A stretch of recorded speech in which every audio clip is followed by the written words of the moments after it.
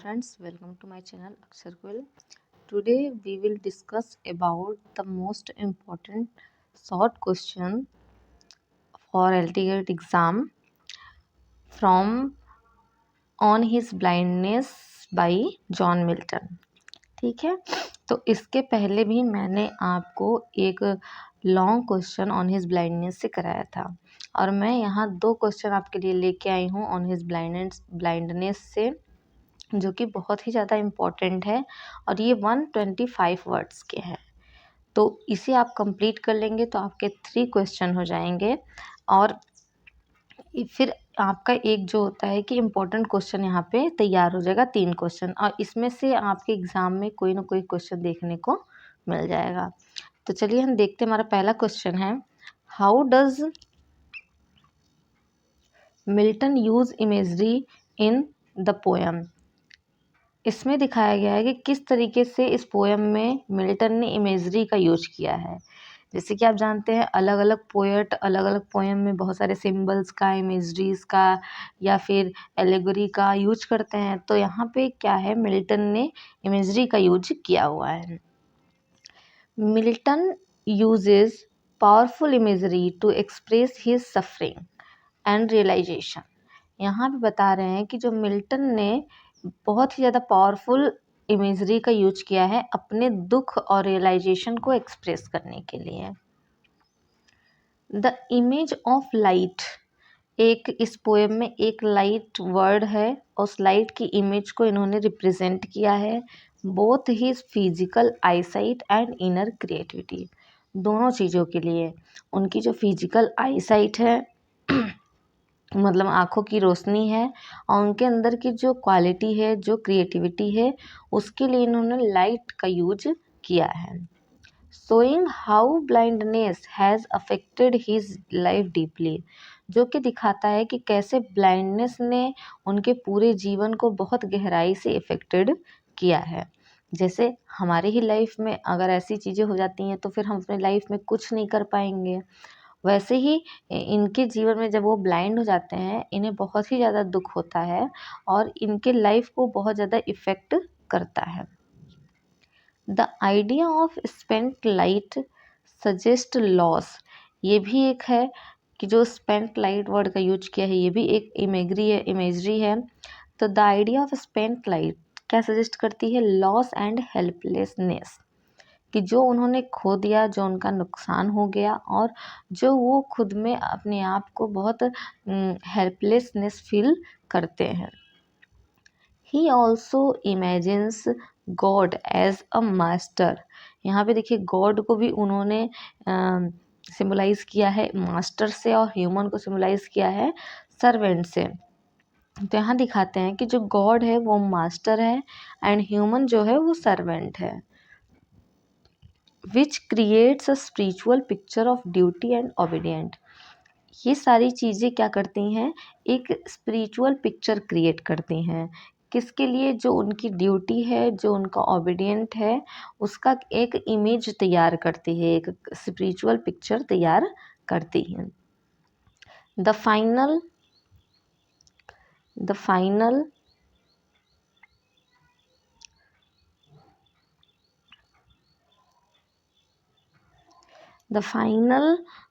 Image of people. अब यहाँ पे एक फाइनल इमेज दिखाया गया है व्यक्ति का, उसमें इस वर्ड का यूज हुआ है स्टैंडिंग एंड वेटिंग. अब ये किस चीज़ को रिप्रेजेंट करती है, तो रिफ्लेक्स कामनेस, मतलब शांति को दिखाती है, एंड पेशेंस, और जो उनके अंदर धैर्य है उसे ये क्या करती है, शो करती है, रिफ्लेक्ट करती है. दिस इमेजेस हेल्प रीडर, ये जो इतनी सारी इमेजेस हैं ये हेल्प करती हैं रीडर को, पढ़ने वाले को, to understand, helps reader understand Milton's emotional journey from frustration to acceptance. ये पूरी जर्नी दिखाती है कि किस तरीके से जो मिल्टन होते हैं वो बहुत ज़्यादा फ्रस्ट्रेटेड होते हैं, बहुत ज़्यादा परेशान होते हैं, फिर एट द एंड आके वो सारी चीज़ों को एक्सेप्ट कर लेते हैं अब, और उनकी जो फ्रस्ट्रेशन की जर्नी है वो एक्सेप्टेंस में चेंज हो जाती है. Making the poem more meaningful and impactful, जो कि क्या करती है, इस पोएम को बहुत ही ज़्यादा मीनिंगफुल और इम्पैक्टफुल बनाती है। तो इस तरीके से हम इन सारी इमेजेस का यूज करते हैं और इस क्वेश्चन के आंसर को राइट करते हैं। आपको शॉर्ट में पूछा जा सकता है, लॉन्ग में पूछा जाएगा तो आप इसमें अपने अकॉर्डिंग, अभी तो आपने इतनी इंग्लिश आपने पढ़ ली है और रेगुलर आप प्रैक्टिस करते रहिए, ताकि अगर आपने इस पोएम को अगर पढ़ा है तो आप इसमें से अपने अकॉर्डिंग 2-4 लाइन अपने से ऐड कर सकते हैं। तो अपने स्टार्टिंग में और लास्ट में अगर लॉन्ग में पूछा जाता है तो आप लॉन्ग में आंसर को राइट कर देंगे, शॉर्ट में पूछा जाता है तो यहाँ पे शॉर्ट आंसर आपको है। ये क्लास कंप्लीट होने के बाद आपके पास ऑन हिज ब्लाइंडनेस की 2 वीडियो रहेंगी, जिसमें 3 क्वेश्चंस कंप्लीट कराए गए हैं, 1 लॉन्ग 2 शॉर्ट।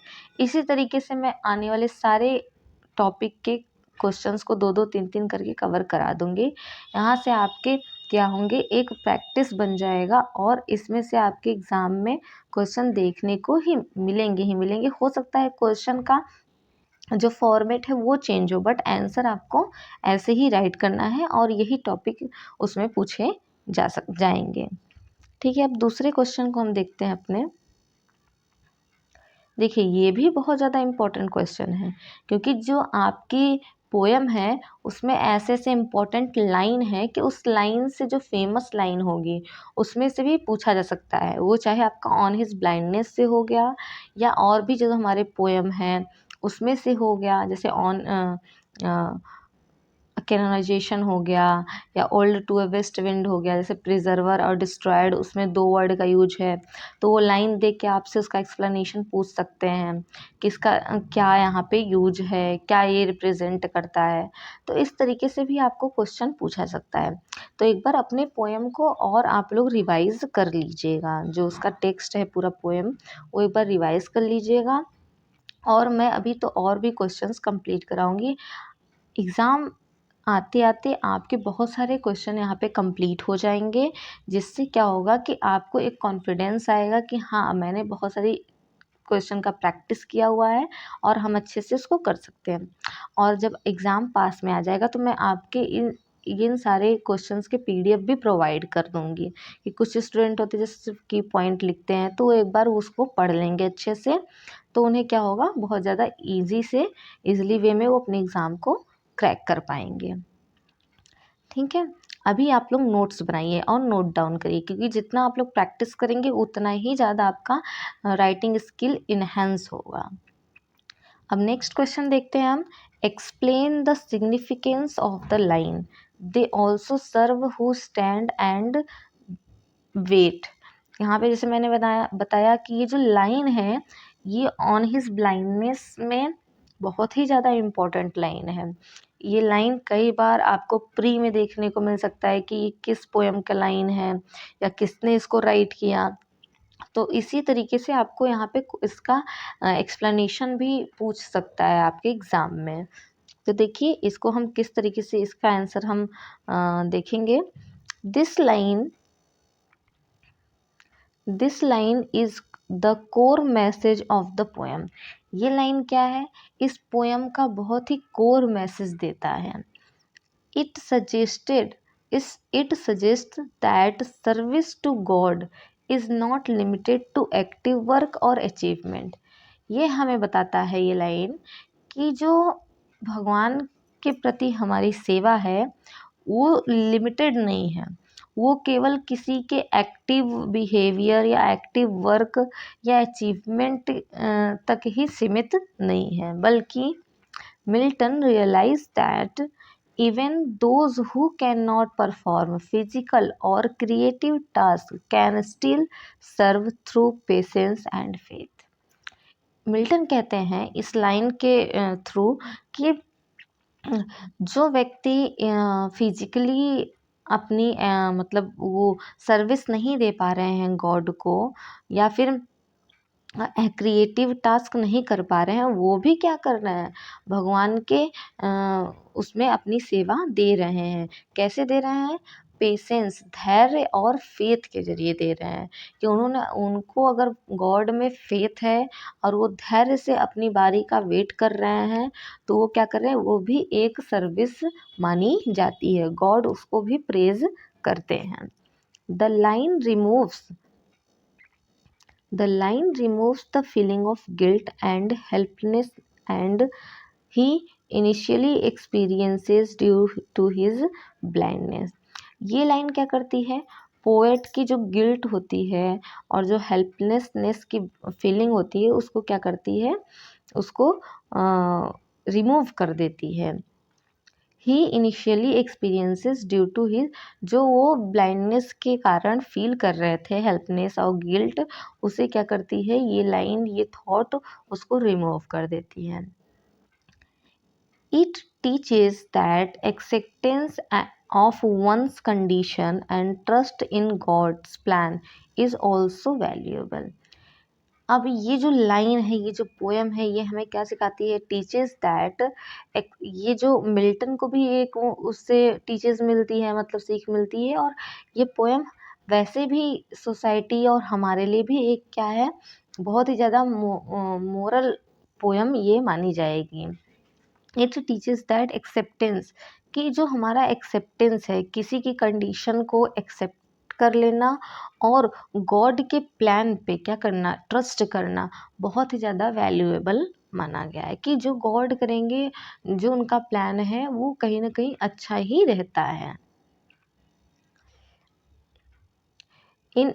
अब इसका मतलब ये कंडीशन नहीं है जो आज की सोसाइटी में बहुत सारे मतलब ख़राब कंडीशन है, उसे इंसान को एक्सेप्ट करके चीज़ों को बस फेस करते रहना चाहिए, ये वाली बात नहीं है यहाँ पे ये है कि अगर हमारे पास ब्लाइंडनेस या हम हेल्पलेसनेस फील कर रहे हैं, फिर भी हम कुछ ना कुछ कर सकते हैं। हमें जैसे बहुत सारे आपने लोगों को देखा होगा, ब्लाइंड हैं, पैर से वो नहीं है, फिर भी बहुत अच्छे डांसर हैं, बहुत उनकी आँखें नहीं हैं, फिर भी वो क्या कर रहे हैं, जैसे अभी एक हमारे स्टूडेंट जो जिनकी अब वो ब्लाइंड हैं, बट वो क्या है, बहुत अच्छा चेस खेलते हैं, उन्होंने इंडिया के लिए खेला। तो इस तरीके की बातें यहाँ पे कही गई हैं कि अगर हमारे साथ कुछ हो रहा है या कोई कंडीशन ऐसी है, उसे हमें वहाँ पे हमें गॉड पे फेथ रखना चाहिए और क्या करना चाहिए, और उसे स्वीकार करके फिर अपने अपने वर्क को करते रहना चाहिए। This idea is universal, encouraging people to remain hopeful and devoted even in difficult situation।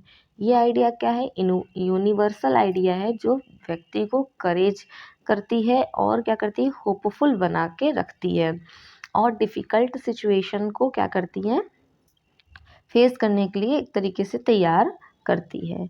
Hence the line gives a message of inner peace and spiritual strength। ये जो लाइन है ये हमें इनर पीस और एक स्पिरिचुअल स्ट्रेंथ प्रोवाइड करती है। इस तरीके से देखेंगे कि ये बहुत ही ज़्यादा यूनिक और बहुत ज़्यादा मैसेज देने वाला पोएम है। इसे आप लोग एक दो बार रिवाइज़ कर लीजिएगा। आपने पोएम पहले पढ़ा भी होगा तो आपको क्या हो जाएगा, एक बार रिकॉल हो जाएगा, और आप लोग इस क्वेश्चन को नोट डाउन कर लीजिएगा और 1 से 2 बार इसको पढ़ लीजिएगा अच्छे से। आपके माइंड में बहुत ज़्यादा सिंपल लैंग्वेज में लिखा है ये आंसर, इसलिए आपको बहुत ज़्यादा डिफ़िकल्टी नहीं होगी। जो आपके वर्ड पोएम में है वही यहाँ पे रख के एकदम सिंपली एक्सप्लेन करना है। वहाँ पे भी आपको अपनी ही लैंग्वेज में, बहुत ज़्यादा ऐसा नहीं है कि बहुत ज़्यादा हम डिफ़िकल्ट वर्ड्स का यूज़ करें। एक अच्छे लैंग्वेज में आपको वहाँ पे राइट करना है, जैसे यहाँ पे ये क्वेश्चन का आंसर राइट है। बस इतनी ही डिफ़िकल्टी लेवल तक आपको करना है, इससे ज़्यादा आपको बहुत ज़्यादा आंसर को कॉम्प्लेक्स नहीं बनाना है, ठीक है? तो इस तरीके से आप लोग अपने क्वेश्चन आंसर प्रिपेयर करते रहिए और चैनल से जुड़े रहिए। अगर आपको वीडियो पसंद आती है तो ज़्यादा से ज़्यादा लाइक करें, सब्सक्राइब करें और शेयर करें। मिलते हैं नेक्स्ट वीडियो में। Thank you.